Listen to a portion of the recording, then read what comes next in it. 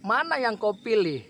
Allah menjadi sebatang pohon atau Allah menjadi manusia? Mana yang kau mau pilih? Pilihan ada tanganmu, saudara. Dan hari ini saya, Uncle Mandil, adalah orang Kristen. Arti dari orang Kristen adalah orang yang memiliki iman yang bersumber dari Kristus dan mengarah fokus kepada Kristus Yesus. Haleluya. Jadi hari ini Uncle Mandil membagikan melalui video channel kali ini seperti yang Uncle katakan. Mana yang kau pilih?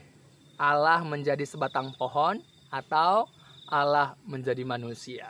Jadi ini pilihan di tanganmu, bukan pilihan di tangan Uncle. Jadi Uncle membagikan video ini tujuannya supaya saudara bisa memilih Allah yang benar, Allah yang hidup, Allah yang tidak bisu, Allah yang mengasihi. Nah, saudara, apa yang kita ketahui? Mengapa Uncle berkata, mana yang kau pilih? Allah yang menjadi sebatang pohon atau Allah yang menjadi manusia?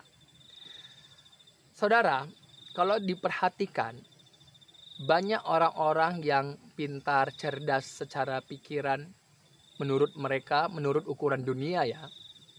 Dan mereka menganggap bahwa mustahil Allah menjadi manusia. Tetapi nggak mustahil Allah menjadi sebatang pohon. Ya. Tetapi apapun pilihan itu, sekali lagi inilah bentuk bahwa manusia yang telah diciptakan oleh Allah itu memiliki hak bebas untuk memilih. Dan saya, Uncle Mandil, memilih Allah menjadi manusia. Nah, saudara, ketika ungkapan Allah menjadi manusia, itu berarti ada tujuan. Mengapa Allah menjadi manusia? Jadi, sesuatu yang Allah telah kerjakan oleh karena ada tujuannya. Kalau saya baca dalam Yohanes pasal 3 ayat 16, karena begitu besar kasih Allah akan dunia ini, sehingga ia telah mengaruniakan anaknya yang tunggal. Supaya apa? Supaya setiap orang yang percaya kepadanya tidak binasa, melainkan beroleh hidup yang kekal. Jadi tujuan Allah adalah hidup kekal manusia itu. Jadi Allah mau supaya manusia itu memiliki hidup yang kekal. Jadi hidup yang kekal itu artinya hidup bersama dengan Allah. Hidup bersama dengan Allah.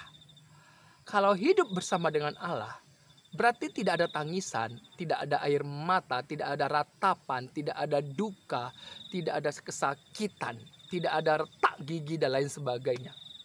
Karena hidup kekal, hidup bersama dengan Allah. Karena Allah tidak merencanakan yang namanya kesakitan, tidak. Tetapi kesakitan itu terjadi oleh karena pelanggaran dosa manusia itu sendiri. Ya, yang telah melanggar kalau kita baca dalam Kejadian pasal 3 ayat yang ke-6. Jadi malu, rasa malu dan lain sebagainya itu diakibatkan oleh karena kegagalan manusia, ketidaktaatan manusia, manusia telah jatuh dalam dosa. Itu dia, saudara. Makanya ketika Allah menjadi manusia, di dalam Yohanes pasal 1 ayat 1, 2, 3, dan 14. Pada mulanya adalah firman.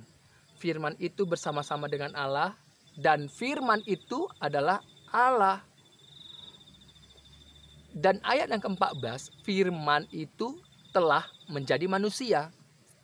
Jadi Allah, firman Allah itu telah menjadi manusia. Telah menjadi manusia. Kalau dikatakan telah menjadi manusia, ini menjadi manusia sepenuhnya. Dalam teks Yunaninya adalah sars, daging.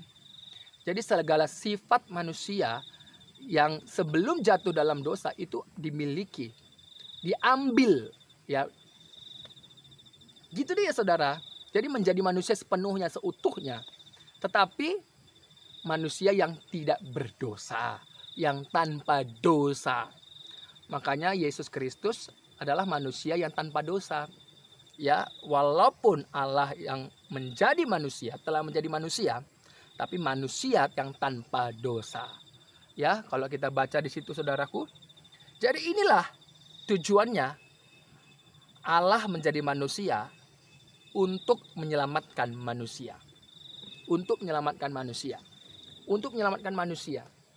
Jadi kalau ada pertanyaan lagi bahwa mengapa capek-capek? Ya karena Allah itu adil, maha adil.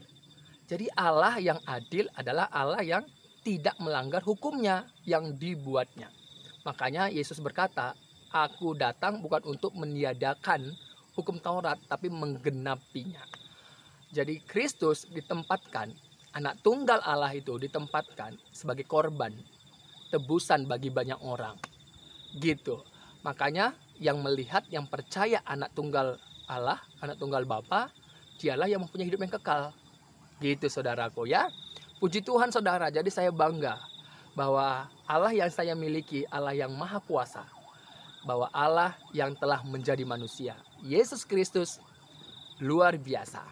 Ya, ini dia saudara, ini dia. Jadi kalau saudara nggak percaya mengenai Allah yang telah menjadi manusia, yaitu pilihan saudara, bukan pilihan saya. Tapi yang jelas, mengapa Allah telah menjadi manusia? Oleh karena menyelamatkan hidup saya. Supaya hidup saya ini memiliki hidup yang kekal. Oleh karena Yesus Kristus, anak tunggal Bapa itu.